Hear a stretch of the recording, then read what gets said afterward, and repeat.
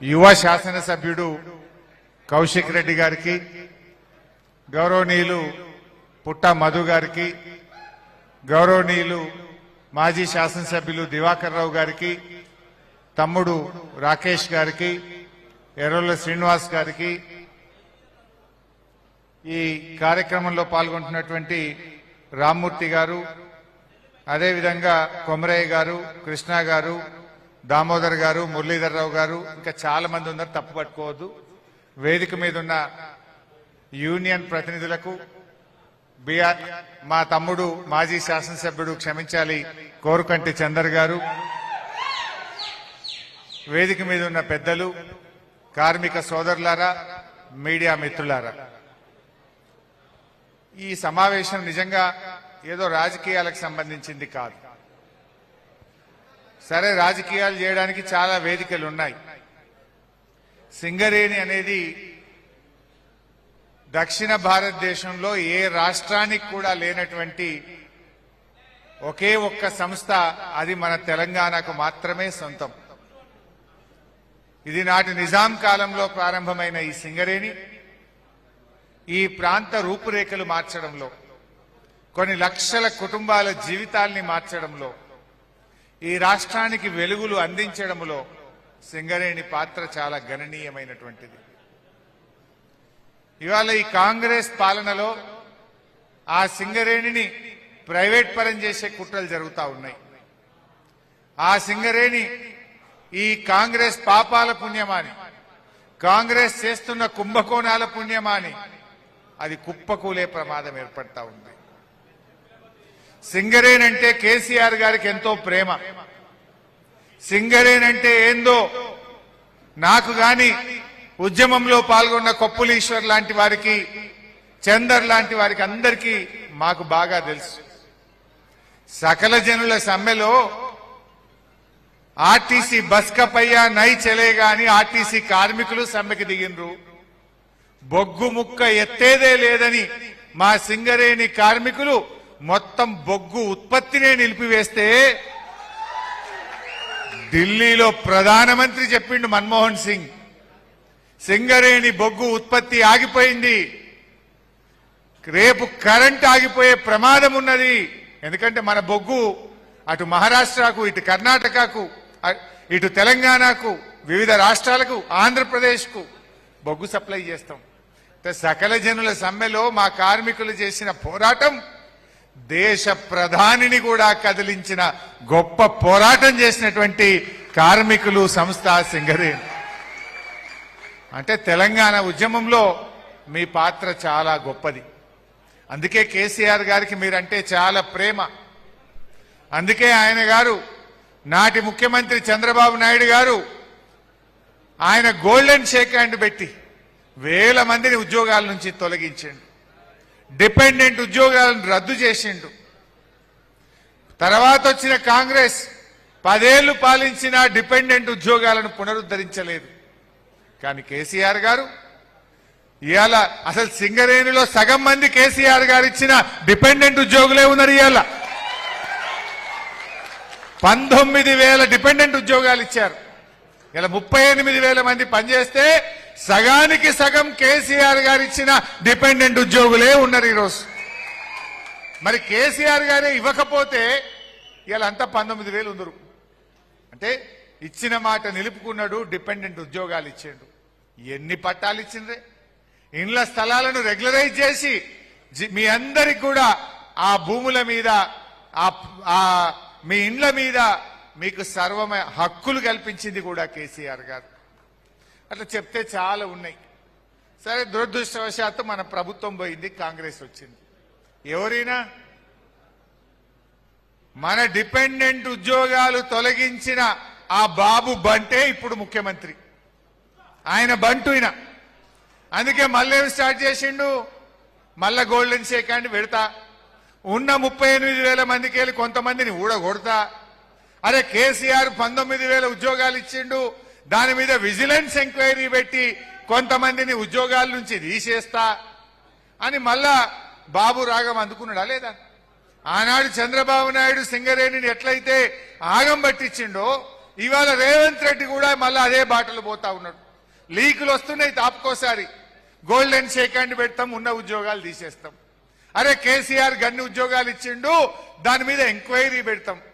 మొన్న ఒకసారి మా ఈశ్వరన్న, మా రాజిరెడ్డి గారు, మా చందర్, అదేవిధంగా మా పుట్ట మధు గారు కొంతమంది కార్మికులు తోలుకొని వస్తే మేము హైదరాబాద్ లో సింగరేణి భవన్ కు పోయినాం. పాపం వాళ్లకు బైపాస్ సర్జరీ అయింది. కిడ్నీలు పోయి ఇటొక పైపు ఇటొక పైపు, పైపులు పెట్టుకొని నడిచే పరిస్థితి. వాళ్ళు మెడికల్ ఎగ్జామ్ కు పోతే వాళ్ళను కూడా నువ్వు ఫిట్ ఉండవంటారు. అన్ఫిట్ చేయాలి. నడవనే వస్తలేదు, 2 కిడ్నీలు ఫెయిల్ అయినాయి, బైపాస్ సర్జరీ అయింది, క్యాన్సర్ బీమార్ వచ్చి నోరు వంకర పోయింది. అటువంటి వాళ్ళని తీసుకొని మేము సింగరేణి భవన్ పోయి ఆ డైరెక్టర్ పాను గట్టిగా నిలదీసి ఏంది మీ మెడికల్ బోర్డు అని అడిగినాం. కాంగ్రెస్ వచ్చినాక ఇలా మెడికల్ బోర్డు పెట్టలేరు.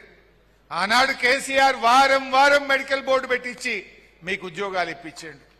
కానీ ఇలా కాంగ్రెస్ 2 సార్లు మెడికల్ బోర్డు పెడితే అందరినీ మీరు ఫిట్ ఉన్నారు పని చేయిపోండి అంటున్నారు. నడవరానోళ్లను, కిడ్నీలు ఫెయిల్ అయిన వాళ్ళను, క్యాన్సర్ వచ్చిన వాళ్ళను, బైపాస్ సర్జరీ అయిన వాళ్ళను, వాళ్ళను కూడా ఇలా పనిచేయాలనేటువంటి పరిస్థితి తెచ్చి ఇవాళ కార్మికుల ఆశల మీద నీళ్లు జల్లింది ఇవాళ కాంగ్రెస్ ప్రభుత్వం. ఈ దుర్మార్గాలు మనం ఇవాళ వీటి నుంచి కాపాడుకోవాల్సిన అవసరం ఉంది. గెలిచిన ఏఐటీయూసీ సపోర్ట్ చేస్తలేదు, ఏఐటీయూసీ ప్రశ్నించదు, కాంగ్రెస్ కు పట్టి లేదు. మరి ఎవరు చేయాలి? ఇవన్నీ ఒకవైపు. ఇంకోవైపు ఏం జరుగుతుందంటే కుంభకోణాల పరంపర జరుగుతూ ఉంది. ఇక చివరికి సింగరేణి కుప్పగూలే పరిస్థితి ఏర్పడతా ఉంది. మరి కార్మికులారా మేల్కొనండి. కార్మికులారా ఈ సంస్థను కాపాడుకోవాల్సిన బాధ్యత ఎవరి మీదనో లేదు. ఒక ఉద్యమ పార్టీగా, తెలంగాణ సాధించిన పార్టీగా మా మీద ఉంది. ఆ సంస్థ మీద బతుకుతున్న కార్మికులుగా మీ మీద ఉన్నది. మనం కలిసి పోరాడదాం. రాజకీయాల తర్వాత నీది ఐఎన్టీయూసా, నీది ఏఐటీయూసా, నీది ఇంకో సంఘం అనే తర్వాత, కానీ అసలు సంస్థ ఉంటే కదా సంఘం. మా కౌశిక్ గారి కూడా ట్రేడ్ యూనియన్ లీడరే. ఇవాళ బీఆర్ఎస్ లోకి వచ్చిండు, పేరు మర్చిపోయిన సారీ. ఇవాళ ఎవరు ఏ సంఘమైనా మనం ఒక్కటి, ముందు సంస్థ ఉంటే నీకు సంఘం ఉంటది కదా. సంస్థనే కొలాప్స్ అయ్యే పరిస్థితి వచ్చింది కనుక ఇవాళ మనం సంస్థను కాపాడుకోవాల్సిన అవసరం వచ్చింది. ఇవాళ అందరం కలవాల్సినటువంటి అవసరం వచ్చింది. రాజకీయాల తర్వాత ముందు సింగరేణిని కాపాడుకునే ప్రయత్నం చేద్దాం. ఇవాళ సోదరులారా ఆలోచించండి. ఇవాళ ఈ ప్రభుత్వం ఏ రకంగా చేస్తుందో కూడా మీకు తెలుసు. అసలు సింగరేణి ఒకప్పుడు నష్టాల్లో ఉండేది. 1999, 2000 నుంచి సింగరేణి లాభాల బాట పడితే 26 సంవత్సరాలు, ఇవాళ 2025 వరకు లాభాల బాటలో సింగరేణి ప్రయాణించింది. 16% ఉన్న బోనస్ ను కేసీఆర్ గారి హయాంలో 32% బోనస్ ఇచ్చి కార్మికులకు ఇవాళ కేసీఆర్ గారు ఎంతో మేలు చేశారు. కానీ ఇవాళ ఈ కాంగ్రెస్ చేస్తున్న కుంభకోణాల పర్యవసానం నేను ఇవాళ చెప్తున్నా, మీరు ఆలోచించండి. ఈ సంవత్సరం సింగరేణి నష్టాల బాటలో పోతా ఉంది. నష్టాల బాటలో పోతా ఉంది. ఏం జరుగుద్దో మనం మాట్లాడదాం. అసలు ఎందుకు అటువైపు పోతా ఉంది, దీనికి కారణాలు ఏందో మాట్లాడాల్సినటువంటి అవసరం ఉంది.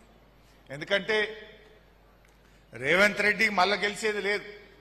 అది ఇలా అందరికీ అర్థమవుతుంది. ఎవరిని మాట్లాడినా ఒకటే అంటున్నారు, కాంగ్రెస్ పోవాలి, కేసీఆర్ రావాలి. ఇది ఇలా ప్రజలకు స్పష్టత వచ్చింది. సరే, ఆయనదేదో మేకపోతు గాంభీర్యం, మళ్ళా గెలుస్తా అంటుంటాడు. ఎందుకంటే ఈంత 2 ఏళ్ళని ఎవడు వినకుండా అవుతుండు. ఈంత 2 ఏళ్ళని ఆఫీసర్లు చేతులు ఉండాలని చెప్పి ఆయన ఆ రకంగా మాట్లాడుతూ ఉంటాడు. ఇప్పుడు మనకు అర్థమైతలేదా ఏ వర్గం ఉన్నది ఆయనతో మాట్లాడుతూ అంటాడు. బీఆర్ఎస్ కు ప్రతిపక్ష హోదా కూడా రానియా మళ్ళా తప్పకు అంటాడు. రాదు, మాకెందుకు ప్రతిపక్షం వస్తుంది? మేము పాలకపక్షం అవుతాం కదా. మేము ప్రతిపక్షంలో ఉండం, మేము పాలకపక్షం అవుతాం. డెఫినెట్ గా మాకు ప్రతిపక్ష హోదా కాదు, మాకు పాలకపక్ష హోదా వస్తుంది. రేవంత్ రెడ్డి, నీకు నీ కాంగ్రెస్ కు డిపాజిట్లు రాని పరిస్థితి ఏర్పడుతుంది. ఆ విషయం గుర్తుపెట్టుకో అని చెప్పి మనం చేస్తా ఉన్నాం. అయితే మిత్రులారా, నేను ఎక్కువ ఇవాళ రాజకీయాలకు బోదలుచుకోలే, సింగరేణి మీద నేను మాట్లాడదలుచుకున్నా.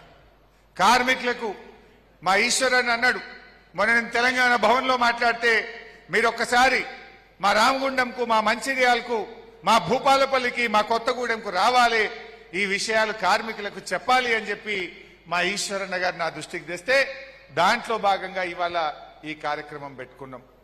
ఏం జరుగుతా ఉంది మరి? ఇదే జరిగితే రేపు సింగరేణి ఎటువైపు పోతుందో ఇవాళ కార్మికులకు విషయాలు చెప్పాలనేటువంటివి దాంతోనే ఇవాళ మీటింగ్ పెట్టుకున్నాం. అయితే వస్తూ వస్తూ ఫస్ట్ ఆడికి పోదాం అనుకున్నాం. ఇవాళ RG2కు వెళ్ళి RG1 మనం పోతామన్నది RG1కు పోదామని వాళ్ళు పోతే ఆడ 200 మంది పోలీసులను అడ్డం పెట్టిండ్రు. మీరు చూడడానికి వీల్లేదు, మీరు పోవద్దు అంటున్నారు.